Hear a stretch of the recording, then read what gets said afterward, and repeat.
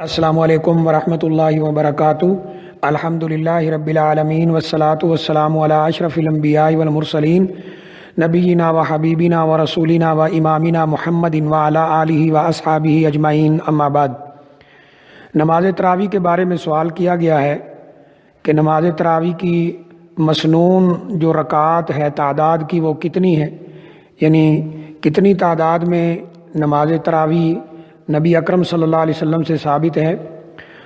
دیکھیے، یہ مسئلہ ان مسائل میں سے ہے جن کے اندر علماء کے درمیان بہت زیادہ اختلاف پایا جاتا ہے۔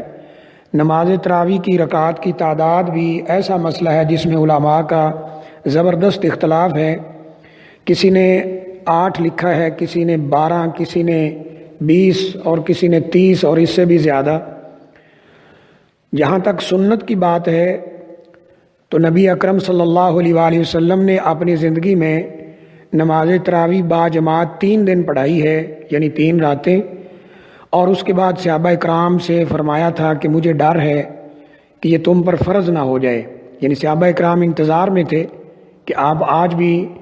نماز تراویح پڑھائیں گے چوتھے دن یا چوتھی رات۔ تو آپ نے فرمایا کہ میں تمہارا شوق دیکھ رہا ہوں، لیکن مجھے ڈر ہے کہ ان تفرض علیکم، یہ تمہارے اوپر نماز فرض نہ کر دی جائے، لہٰذا آپ نے اس رات یعنی چوتھی رات تراویح نہیں پڑھائی ہے۔ صحابہ اکرام نے اپنی اپنی پڑھی ہے اور مختلف صحابہ اکرام کے پیچھے کھڑے ہو کر ٹولیوں کی شکل میں لوگوں نے نماز تراویح ادا کرنا شروع کر دی۔ نبی اکرم صلی اللہ علیہ وآلہ وسلم نے جو یہ 3 دن نماز پڑھائی ہے، 3 راتیں نماز پڑھائی ہے، یہ 11 رکعات پڑھائی ہے، اس میں 8 رکعات نماز تراویح ہے اور 3 رکعات وتر ہیں۔ اس کی تصریح قیام اللیل امام مروزی کی جو کتاب ہے اس کے اندر ملتی ہے کہ یہ آپ نے 11 رکعات پڑھی ہیں، اور بخاری شریف کے اندر بھی یہ روایت موجود ہے کہ نبی اکرم صلی اللہ علیہ وسلم نے رمضان المبارک میں یا رمضان المبارک کے علاوہ 11 رکعات سے زیادہ نہیں پڑھی ہیں۔ تو یہ سنت جو ہے 11 رکعات ہی ہے، اور جب نبی کریم صلی اللہ علیہ وسلم اس دنیا سے چلے گئے، سیدنا ابوبکر صدیق رضی اللہ تعالیٰ عنہ کا دور آیا تو لوگ اسی طرح مختلف اماموں کے پیچھے پڑھتے رہے۔ سیدنا عمر فاروق رضی اللہ تعالیٰ عنہ کا دور آیا تو آپ نے دیکھا کہ ایک ہی مسجد میں لوگ مختلف اماموں کے پیچھے کھڑے ہیں، تو آپ نے 2 صحابہ اکرام کی ڈیوٹی لگا دی۔ آپ نے ان سے یہ فرمایا، جیسا کہ موطا امام مالک کے اندر یہ روایت موجود ہے کہ امرا عمر بن الخطاب ابی بن کعب و تمیم الداری ان یقوم للناس 11 رکعۃ۔ آپ نے حضرت ابی بن کعب رضی اللہ تعالیٰ عنہ جو مشہور قاری ہیں اور حضرت تمیم داری رضی اللہ تعالیٰ عنہ جو بہترین قاری ہیں، ان کو حکم دیا کہ لوگوں کو 11 رکعات نماز پڑھائیں، اور وہ پڑھاتے رہے سیدنا عمر فاروق رضی اللہ تعالیٰ عنہ کے دور میں۔ اسی طرح حضرت ابی بن کعب رضی اللہ تعالیٰ عنہ سے یہ بھی ثابت ہے کہ انہوں نے نبی صلی اللہ علیہ وسلم سے فرمایا کہ میں اپنے گھر کی عورتوں کو 11 رکعات پڑھاتا ہوں، تو آپ نے اس پہ کوئی اعتراض نہیں کیا۔ یہ مختلف روایات سے ثابت ہوتا ہے کہ یہ 11 رکعات ہی سنت ہے، 11 رکعات ہی آپ نے پڑھائی ہیں، اور 11 رکعات ہی سیدنا عمر فاروق رضی اللہ تعالیٰ عنہ نے مقرر فرمائی تھی۔ اور یہ رکعات اتنی زیادہ لمبی ہوتی تھی کہ صحابی رسول کہتے ہیں کہ ہم صبح کے قریب جا کے خوف کھانے لگ جاتے تھے کہ شاید ابھی ہماری ساری بھی رہ جائے گی، 200 آیات ان میں پڑھی جاتی تھی۔ تو جہاں تک سنت کی بات ہے تو یہ سنت 8 ہی ہے۔ البتہ ہم یہ کہتے ہیں کہ یہ ایک نفلی نماز ہے۔ جب لوگوں کی ہمتیں کم ہو گئیں تو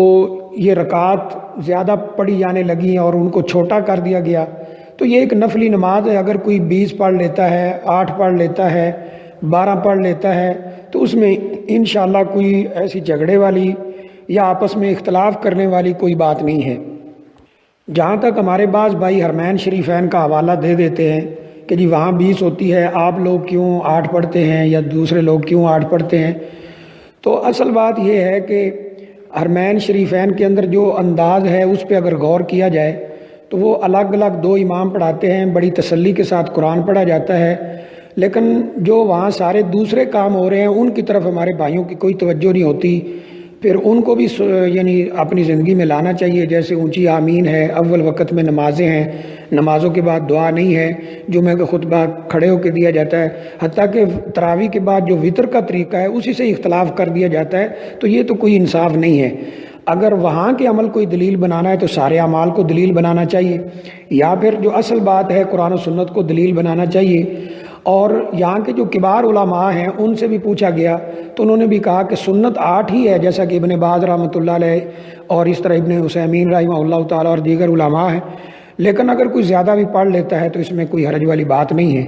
تو جہاں تک سنت کی بات ہے، یہ سوال کیا گیا ہے تو سنت 8 ہی ہے، نبی کریم صلی اللہ علیہ وسلم نے بھی 8 پڑھی ہے، اور حضرت عمر بن خطاب رضی اللہ تعالیٰ عنہ نے بھی جو 2 صحابہ کرام کی ڈیوٹی لگائی ہے تو 11 رکعات ہی پڑھانے کا حکم دیا تھا۔ ہاں بعد میں لوگوں نے یعنی زیادہ پڑھنا شروع کر دیا، ان کی تعداد زیادہ کر دی، رکعات چھوٹی ہو گئی، یعنی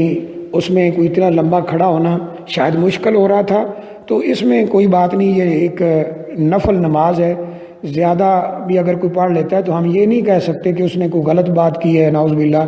یا وہ غلط کر رہا ہے، ایسا نہیں ہے، اور نہ ہی یہ مسئلہ ان مسائل میں سے ہے جس پہ شدت اختیار کی جائے۔ تو بہرحال جہاں تک سنت کا تعلق ہے تو سنت 8 ہی ہیں۔